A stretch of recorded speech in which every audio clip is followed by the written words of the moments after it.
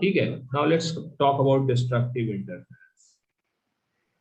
Destructive interference उसे कहते हैं रशीद, जब ये जो है when phase difference is pi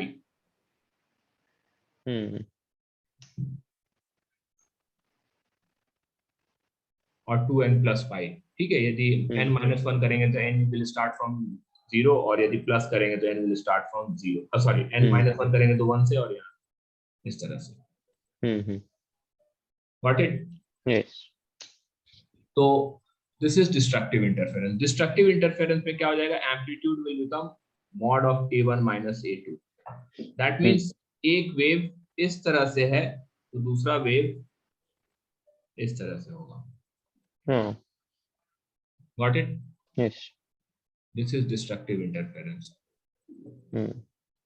अब यहाँ पे क्या हो जाएगा, तो यहाँ पे delta phi is 2n minus 1 into pi, and हमें पता है कि delta phi is 2 pi by lambda into delta x. So 2 pi by lambda into delta x is 2n minus 1 pi, so pi gets cancelled out, so delta x is 2n minus 1 lambda by 2.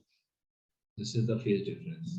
So between two waves, if the path difference is odd multiple of lambda by 2, कि lambda by 2 है, 3 lambda by 2 है, 5 lambda by 2 है, then it will always result in destructive interference.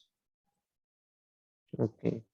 मतलब it's like कि एक string है, उसे आपने एक एंड पे शेक करना स्टार्ट किया, बीच में किसी और ने भी पकड़ के शेक करना स्टार्ट कर दिया समवेयर एल्स, तो आपका वेव तो जा ही रहा है, इसने भी एक वेव क्रिएट कर दिया, एंड इट विल डिपेंड कि क्या हो रहा है। So constructive and destructive are just two scenarios, it can there can be many scenarios, और हमने तो बस ये लिया है कि now we are talking about interference that can happen when the wavelength and frequency are also same.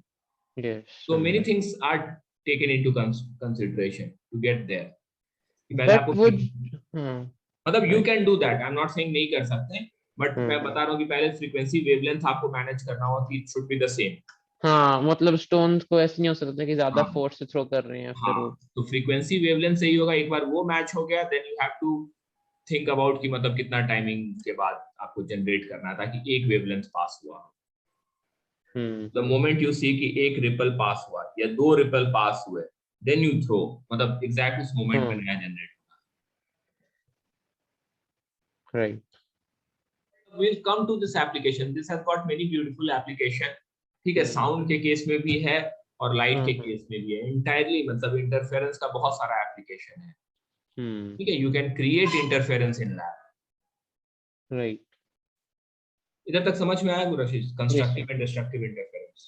Yes, sir.